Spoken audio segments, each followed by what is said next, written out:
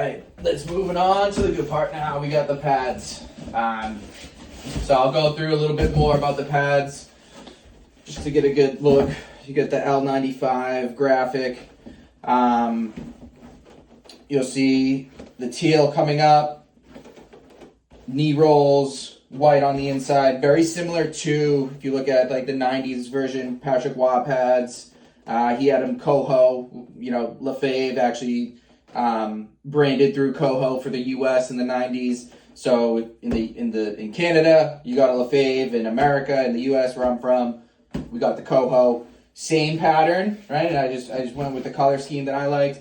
You also see these on Fleury has a set now that are very similar in Montebello. Montebello actually had the exact same pattern in the Four Nations, just different colors obviously, but the exact same pattern. I love this LaFave L up here up top. Gives it a really nice, vintage old school look. The teal I love. The black and teal and white kind of San Jose Sharks colors was something I really liked. I usually in the past would go red, right? Like black, white, red or something like that, but wanted to change it up a little bit.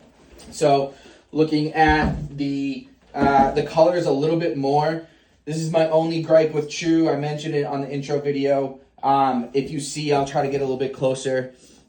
Any pro custom pad that True makes has to come with white stitching. They do not do any colored stitching besides white. I know other manufacturers do. I have a custom set of Vaughn SLR4s that the stitching matches the color of the pad, right? So, for example, the stitching that they would use here would be teal to match the teal. For True, all they can do is white. I asked them, I really wanted black. I wanted all black stitching. They couldn't do it. I told them I'd pay extra. I'll do whatever it takes. If it takes longer, whatever you need to do, just get the black stitching. And they still couldn't do it. It's just a production issue. All they can do is the white stitching. Now, looking at it, I'm actually happy it got the white stitching because I think there's a little bit more teal. The teal pops a little bit more than I was expecting. And I think if I had more black or more teal on here, it wouldn't look as good. But I actually really like how, especially once you're up close in person, there's this added kind of white from the stitching, right? It kind of has more of a white tint just based on the stitching to even out the black and the teal. So while I wanted black, True couldn't provide the black stitching. I'm actually happy with how it turned out with the white stitching. So that was my only gripe with True. Everything else was absolutely seamless. They have a really good tracker. I was able to see the pads going in, from processing to production to assembly. Same with the glove and blocker all the way to shipping. And they got them shipped, very quickly. I think the total, I ordered these February 21st. Today is April 8th, I believe. And I just got them in. So, really not that long of a turnaround time, maybe 5 weeks, 6 weeks. Some of that had to do with customs. They got stuck in customs for a little bit. I think the new tariffs might have kicked in. So they kind of had to get routed for customs. Would have got them a few days earlier if it wasn't for that. So looking at just the overall, scheme of the pad, all black on the background, black sides, teal True on the side here. I will say on the inside, I got regular leather. There's all just Gen Pro leather. There's no speed skin. There's no weave, no nothing. I like the classic kind of old school all leather look and feel. Also, I find sometimes on these speed skins, right, the Diamond Glide, all the brands have kind of a different name for what they put on this interior. True actually just came out with the Diamond Glide. I decided to not get it. True's first speed skin version was not very good. I'm sure the Diamond Glide is better. The reason why I didn't get it is it's not available in black. I wanted a black inside and also for longevity. So I was really, I plan to have this set of pads for a very long time. I know the Gen Pro is durable. There's ways you can help sliding on Gen Pro, right? They have the pad wax. Some people use the 3M tape, right? There's the ice cream, substance you can get on there. So I'm not too worried about not having a more modern sliding surface. I was more concerned about longevity of the pad and making sure that over the next 2, 3, 4 years, the pad isn't going to break down. And, I know, for example, sometimes the weed material can break down sooner. Diamond Glide, I'm not sure. Well, time will tell, but I wasn't, I just didn't want to take that risk. So for the construction of the pad, we have a single internal brake. So one internal brake gives it just a little bit, right? If you can actually see it, a little bit of that knee flex. Up top, I got thinned out thigh rise. So you'll see it comes up, really thins out here. And I got it extra stiff. So true pads, this is actually based on the Hzrdus line.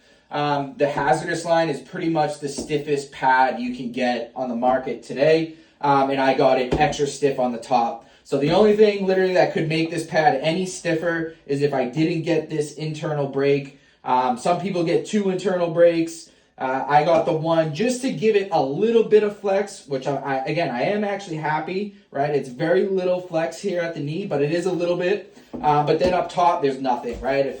If you're trying to bend this top piece, I mean, there's just nothing there to bend. It's hard as a board, which is great. So the reason why I wanted hard pad up top is to make sure I'm getting those rebounds out, kicking them out to the corners, not making sure pucks are just dying out in front that people can tap in. The size I got 31 plus 2.5. So true sizing is a little bit unique. I mean, all pad sizes are a little bit unique, but here's what it comes down to for true. So my floor to knee measurement is about 18.5, maybe a little bit higher, like 18.75, just under 19, which is a 31 pad base. The issue with myself is I have smaller shins compared to the rest of my leg. So while my shins are an 18 and a half or so, I do need a little bit of a higher thigh rise. So I went with a 31 plus 2.5. For reference, I just measured this against my SLR4 Pro Carbon Custom, which are 31 plus 2, and they're pretty much exactly the same size. One thing to keep in mind, the true thigh rise on a 31-inch pad, or actually all their pads, is a little bit different. So, for example, I used to have a true PX3 Catalyst 32 plus 2, and it was actually too big. It was too big on the knee, and it was too big on the thigh rise. When you look at a 31 plus 2 compared to the 32 plus 2, the thigh rise is actually about a ½ inch shorter. So it's the rate of difference from the thigh rise increases for each size pad. So for example, a 31 plus 2.5 is about the same thigh rise, right? This piece right here, this thigh rise right here on a 2.5 31-inch pad is the same as a 32 plus 2-inch pad, right? So keep that in mind. If you are sizing down on your pad, it likely makes sense to get a little bit of a bigger thigh rise. Hopefully that made sense. It is a little bit confusing. I figured that out by measuring literally 10 sets of true pads, all different sizes. And there's also a size and comparison chart. If you look at that size and comparison chart, it does make sense that as the pad size increases, they also naturally increase the thigh rise. So this 31 plus 2.5, the thigh rise is pretty much exactly the same as the 32 plus 2. The only difference is this knee stack is just a little bit lower, right? That's the only difference, is I got the knee stack a little bit lower to accommodate for, again, my smaller size shins.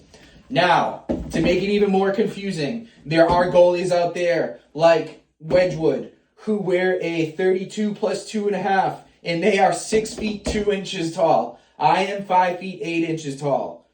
So Wedgwood is technically wearing a pad 1 inch bigger than this, and he is about, 6 inches taller than me? Again, Wedgwood has smaller size legs. I talked to another goalie, same thing, 6'1". He got a 31 plus 3 that fit him well. So the sizing can, just because you're a tall goalie doesn't necessarily mean you're going to need a bigger 33, 34, 35-inch pad. There are goalies out there, 6 feet plus goalies. They have smaller legs like myself. They're in a 31 size pad, and then they get a higher thigh rise, or a 32 size pad, and then they get a higher thigh rise. Keep that in mind. Do your research. Check out the customizer, measure pads. Do whatever you got to do to make sure you get the sizing right. I'm super pumped. I almost didn't go on the 2.5. I almost just went the 2 inch. And I'm super pumped that I went to 2.5 because they size up exactly like my SLR4 Pro Carbons. Cool. Now, what else do we got? Talked about the thin, extra stiff. Couple things here. These knee rolls, they're actually a little bit bigger than I thought they would be. In the pictures, in the customizers, I mean, they don't puff out like old pads used to, but it is a little bit more pronounced than I thought they would be. I thought they might be a little bit thinner and tucked into the pad.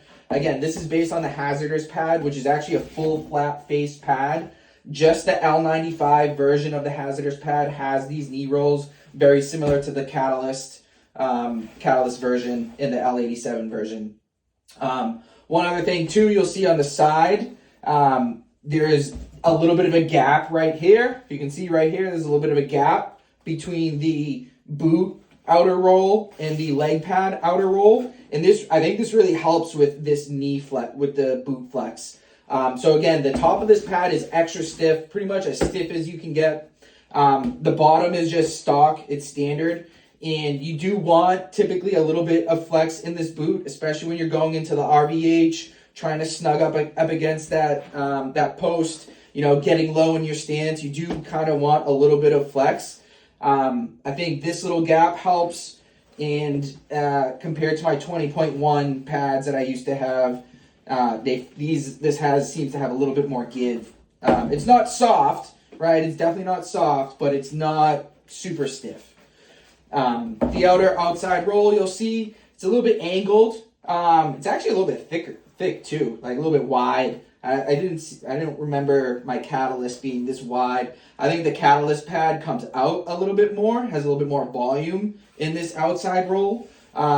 This pad is very kind of slim, a little bit wider, but then also it kind of tapers. I don't know if you can see this, if you can get a good view of it, but it comes up straight here, but then on this side, it kind of angles down.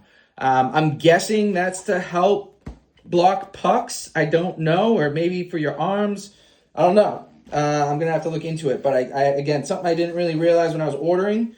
I don't know if they have this on the regular Hzrdus pads, but it definitely kind of comes up and then angles out. I'm guessing to deflect kind of rebounds a little bit more. All right, back of the pad, pretty standard stuff here. I got the 2-inch elastic strap.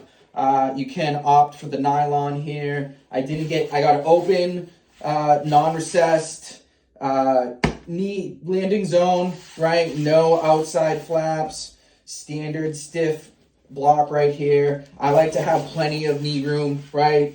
I hate feeling locked in behind my knees. And I also do like the elastic strap just for a little bit of give. Inside is just your standard FRS, right? Nothing too much has changed here. Love the FRS system. On these Hzrdus pads, you'll notice in comparison to like the PX3s, there's a little bit more ankle mobility, right? So the FRS comes up a little bit. It's, you know, it doesn't come down as far. And this kind of inside pad here doesn't come down as far as well. So if you notice on the PX3 True pads, this comes down a little bit, and the FRS comes down a little bit to give you a little bit more support around your ankle. I like the mobility. I like having this a little bit more open and not coming down as far. I find that I can just move a little bit better with that. I actually got a set from Pro Laces before, but the new laces, the new toe system that True is using, I actually love this. So if you'll see here, they've combined a lace and an elastic. So this gives you a good toe gap, right? Again, you kind of want that toe gap to be able to go into your RVH nice and easily. This is thick and kind of hard lace, so you don't have to worry about it ripping or tearing. Really strong material. And that's sewn into regular skate laces. So these right here are just regular skate laces.